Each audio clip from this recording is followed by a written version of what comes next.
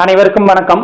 என்னை கவர்ந்த தமிழ் திரைப்படங்கள் வரிசையில இன்னைக்கு நாம பார்க்க இருப்பது கார்த்திக், ஜீவிதா, ராதாரவி, சந்திரசேகர் மற்றும் பலர் இணைந்து நடித்த தர்மபத்தினி திரைப்படத்தை பத்தி வாங்க பார்க்கலாம்.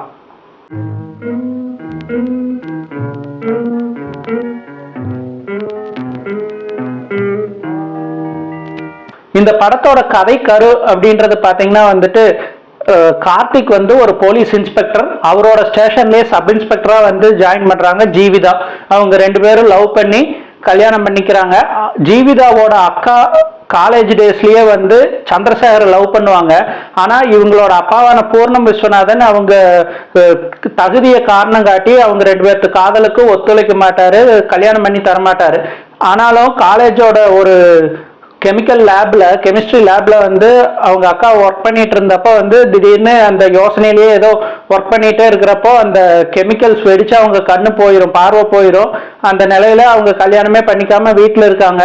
ஒரு கட்டத்துல ஒரு கம்பெனியோட யூனியன் லீடரா சந்திரசேகர் இருக்காரு. அந்த சமயத்துல மறுபடியும் ஜீவிதாவை பார்க்க நேரிடுது. அப்ப உடனே வீட்டுக்கு அவங்க அக்காவை திருமணம் பண்ணிக்கிறாரு.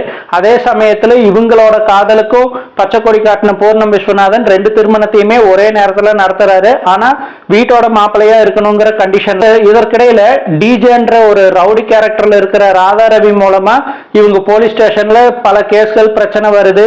அந்த சமயத்துல சந்திரசேகர் ஒர்க் பண்ணிட்டு இருக்கிற கம்பெனியோட முதலாளியான TS ராகவேந்தர் இன்னும் ரெண்டு பேர் சேர்ந்து சந்திரசேகர் பேர்ல கெட்ட பேர் வரணும், அவனை கைது செஞ்சு ஜெயில அடைக்கணுங்கிறதுக்காக இன்னொரு அசிஸ்டன்ட் யூனியன் லீடர் ஒருத்தனை தூண்டி விட்டு அவனுக்கு எதிராக தப்பு செய்ய வச்சு அவனையும் ராதாரவி மூலமா கொலை பண்ணி அந்த மொத்த குடும்பத்தையும் கொலை பண்ணி அந்த கொலைப்பழியை சந்திரசேகர் மேல போட்டுறாங்க. அதன் பிறகு அந்த கொலைப்பழியின் மூலமா இந்த குடும்பம் எப்படியெல்லாம் சின்னாபின்னப்படுது, அதன் பிறகு எல்லாரும் ஒண்ணு சேர்ந்தாங்களா அப்படிங்கறத இந்த கதை. இந்த படத்தை அமீர் ஜான் டைரக்ட் பண்ணியிருக்காரு. ஒரு சாதாரண மசாலா படம் தான் இது. அந்த காலகட்டத்தில் வந்த பல மசாலா படங்கள் போலவே இதுவும் ஒரு மசாலா படம்.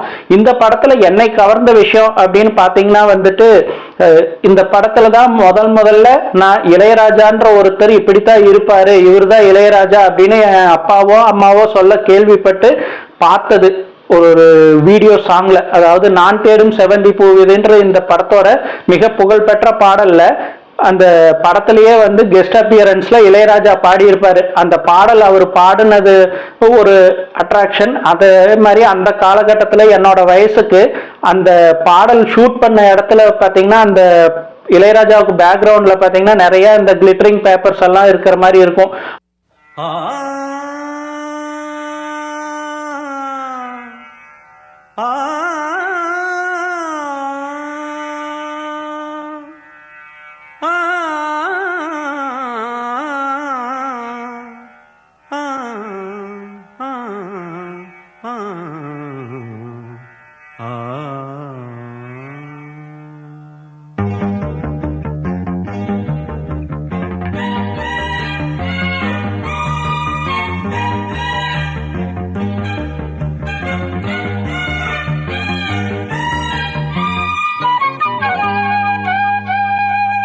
நான் தேடும் செவ்வந்தி பூவிது ஒரு நாள் பார்த்து அந்தியில் பூத்தது.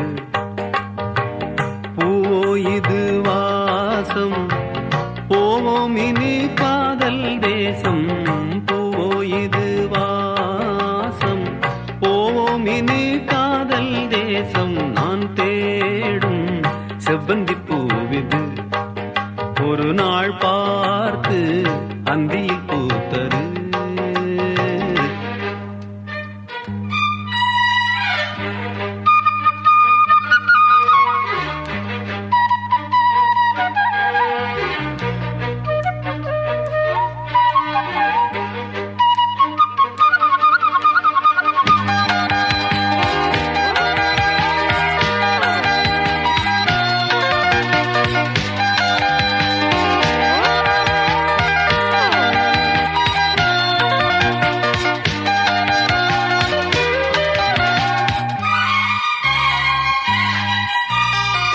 சிறு வயசுல நம்மளுக்கு எல்லாத்துக்கும் இருக்கிற நார்மல் அட்ராக்ஷன் அந்த பேப்பர்ஸ் மேலதான்.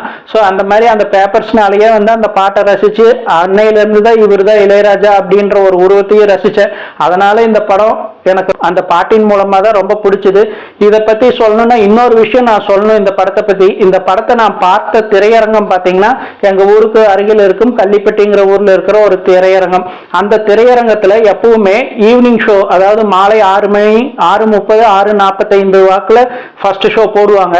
அந்த ஷோ ஆரம்பிக்கிறதுக்கு முன்னாடியே அந்த தியேட்டர்ல ஒரு பாடல் போட்டு அந்த ஊர்ல இருக்கிற மக்கள் எல்லாத்தோட கவனத்தையும் அந்த தியேட்டரின் பால் ஈர்ப்பாங்க. அது என்ன பாட்டுன்னா மந்திரி குமாரின்ற ஒரு படம் நம்ம எல்லாத்துக்குமே தெரியும். கலைஞர் கதைவசனம் எழுதி எம்ஜிஆர் நடித்த முதல் திரைப்படம். அந்த திரைப்படத்துல வில்லனுக்கும் கதாநாயகிக்குமான ஒரு பாடல் இறுதி காட்சியில வரும், வாராய் நீ வாராய்ன்னு சொல்லிட்டு.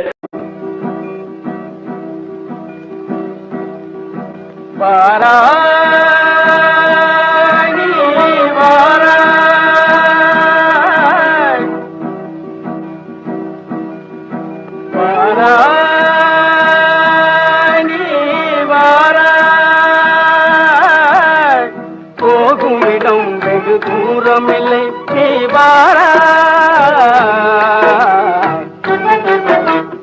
போகுமிடம் வெகு தூரமில்லை நீ அந்த பாடல் வந்து வில்லன் கதாநாயகி ஒரு மலை முகட்டுக்கு மேல கூட்டிட்டு போய் கொலை செய்யறதுக்காக எடுக்கப்பட்ட பாடல். அந்த வில்லனோட நோக்கமும் தெரிஞ்சு கதாநாயகி அங்க போயிட்டு வில்லன் கிட்ட இருந்து எப்படி தப்பிச்சு வர்றாங்க அப்படிங்கறதா அந்த இடத்தோட சிச்சுவேஷன். ஆனா இந்த திரையரங்குல பாத்தீங்கன்னா 3 அடி உயரமுள்ள கிருஷ்ணர் சிலைய முன்னாடி வச்சுட்டு அந்த சிலைக்கு பூஜை பண்ணிட்டு இந்த பாடலை போட்டுதான் ஊர்ல இருக்கிற மக்களை எல்லாம் வாராய் நீ வாராய் அப்படின்னு சொல்லி அழைப்பாங்க. ஸோ அந்த மாதிரி இருந்த ஒரு திரையரங்குல நான் பார்த்த இந்த திரைப்படம் எனக்கு இந்த பாடலின் மூலமா தான் மிகவும் பிடித்தது. மீண்டும் அடுத்த வாரம் வேறொரு திரைப்படத்தை பற்றி பேசுவோம். நன்றி.